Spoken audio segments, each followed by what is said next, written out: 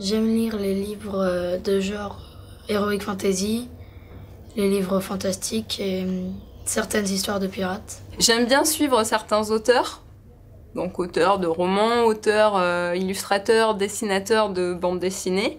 Ça peut aller du roman policier jusqu'au bouquin de philo. Des romans, beaucoup de littérature étrangère, des USA, enfin de l'Europe en général.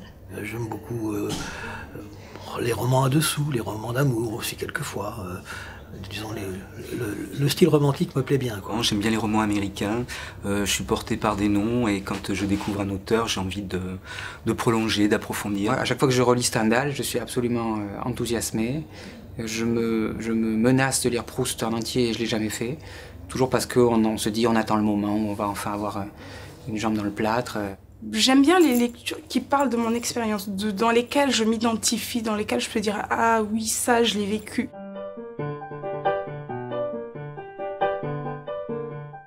C'est un livre que j'ai lu très jeune, que je n'ai pas voulu relire. Celui-là, j'ai tellement gardé un souvenir extraordinaire que j'ai peur d'être déçu. Ce sont les Thibauts de Roger Martin Dugard. Alors mon livre préféré, ça va être une bande dessinée d'Edmond Baudouin, parue chez l'association, qui s'appelle Les Sentiers Cimentés. Le livre qui m'a profondément marqué, ça n'a pas varié, et c'est toujours le même, c'est Le Pour qui sonne glas d'Ernest Hemingway. Pas de livre préféré, j'en ai beaucoup trop en tête. C'est pas possible. J'adore Molière, par exemple. C'est pas un livre, hein, c'est un auteur. C'est vrai que c'est un auteur que j'aime et sur lequel je reviens. S'il fallait lire un livre, je pense que je dirais que c'est La Chartreuse de Parme de Stendhal. Je me souviens du choc, véritablement. C'est-à-dire que tout d'un coup, on peut lire des livres pendant des années en prenant du plaisir, et tout d'un coup, il y a un livre qui vous dit ça y est, je suis dans quelque chose, je suis dans mon élément.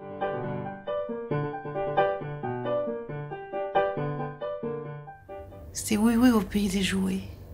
Ça fait longtemps. C'est peut-être la découverte de Zola, par exemple, que j'ai lu une fois dans le complet désordre et que j'ai relu quelques années plus tard dans l'ordre. Meilleur souvenir de lecture, c'est peut-être Cent ans de solitude de Gabriel Garcia Marquez, où on se trouve noyé dans un flot, on se perd dans les personnages, on est pris dans un tourbillon. Et vraiment, c'est le grand voyage qu'on se perd complètement dans la lecture. Mon meilleur souvenir de lecture, alors ça serait Ligne de faille de Nancy Houston. Ça m'a touchée parce que c'était une famille américaine qui avait des idées toutes faites sur la société.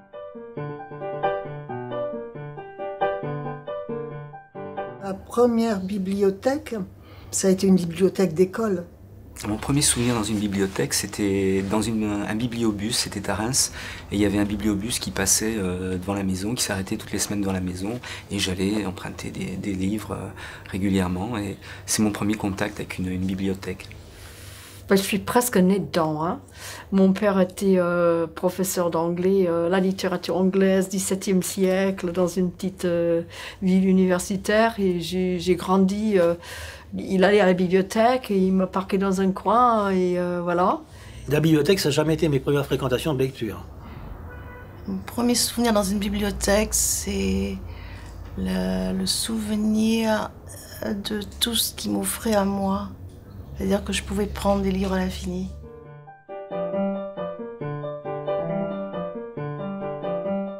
Au départ, il y a une raison matérielle. C'est-à-dire que c'est quelque chose d'économique, et puis qui permet de lire autant de livres qu'on veut. Enfin. L'acte de venir dans une bibliothèque, il faut avoir un peu de temps. Je pense pas qu'on puisse venir dans une bibliothèque comme on vient au supermarché. Et j'amène en moyenne une fois par mois mes élèves à la bibliothèque pour leur faire découvrir les livres, essayer de leur faire partager le plaisir du livre. Partout où je vais en vacances, je vais voir la médiathèque ou la bibliothèque du coin pour voir ce qu'ils ont. Parce que chaque bibliothèque a une étoffe, chaque bibliothécaire a une identité, et souvent les bibliothèques ressemblent à leurs bibliothécaires. La bibliothèque, c'est un endroit, en même temps ça peut être vraiment sérieux, et en même temps ça peut être humain, mais ce côté humain qu'on n'a pas quand par exemple on achète sur internet. On peut arriver et voir un documentaliste qui nous dit « Ah ça j'ai aimé, ça je te conseille, ça je... » Vraiment, c'est ça qui est important pour moi dans la bibliothèque. Alors maintenant, c'est devenu C'est devenu comme ma seconde maison. Parce que je passe. Je prends pas toujours de livres parce qu'il faudrait que je lise jour et nuit, mais je passe.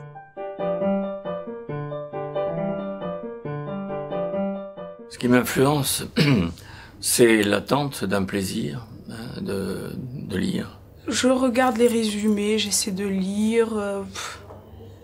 Franchement, ça se fait au feeling. J'ai appris à choisir bien les livres pour mes petits-enfants. Parce que je ne veux pas que...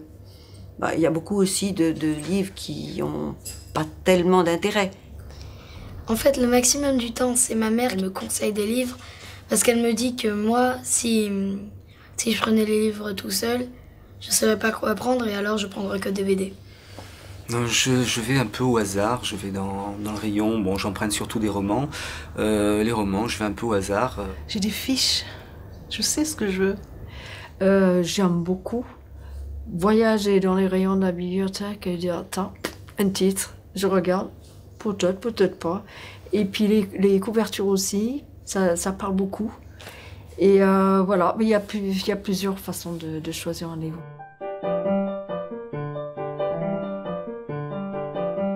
La lecture m'apporte du plaisir, je crois en premier, c'est du plaisir. L'occasion de se retrouver seul avec soi-même, mais en même temps emporté par une histoire, par un auteur. Et c'est important de montrer aux enfants qu'on peut prendre du plaisir comme ça dans un livre. Dès qu'on me demande qu'est-ce que tu fais quand tu lis, en fait je rentre dans le livre. Enfin, je suis un des héros et puis je fais l'histoire. Je pourrais dire que la lecture, pour moi, n'est pas un passe-temps. C'est une recherche du monde, de l'humanité, mais pas un loisir tout simple, de consommation. C'est beaucoup plus spirituel. La lecture d'un livre, c'est indispensable à mon sommeil et à ma nuit, quelquefois. Il m'arrive très souvent de commencer à bouquiner à 10h ou 11h du soir, et puis de me retrouver à 5h du matin, par exemple. Comme je n'ai plus rien à faire, ça m'est complètement égal. Au contraire, c'est presque jouissif. Moi, ce que j'aime, c'est ce face-à-face avec un bouquin qui vous laisse en paix, en distance, qui vous permet de garder votre esprit critique. La lecture m'apporte le sentiment que la vie n'a pas un seul sens, mais qu'elle en a plusieurs. Et chaque lecture est unique. C'est-à-dire on a beau être 100 000 lecteurs sur un livre, on n'aura jamais deux fois la même lecture.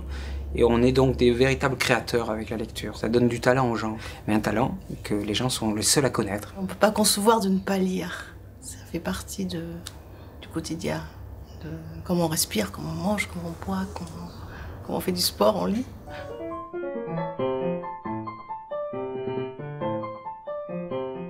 J'ai fait un calcul récemment, c'était un peu désespérant parce que même en lisant un bouquin par semaine pendant 50 ans, on n'arrive qu'à 2600 ouvrages, ce qui veut dire qu'on n'arrivera pas au bout effectivement du programme de lecture qu'on peut avoir.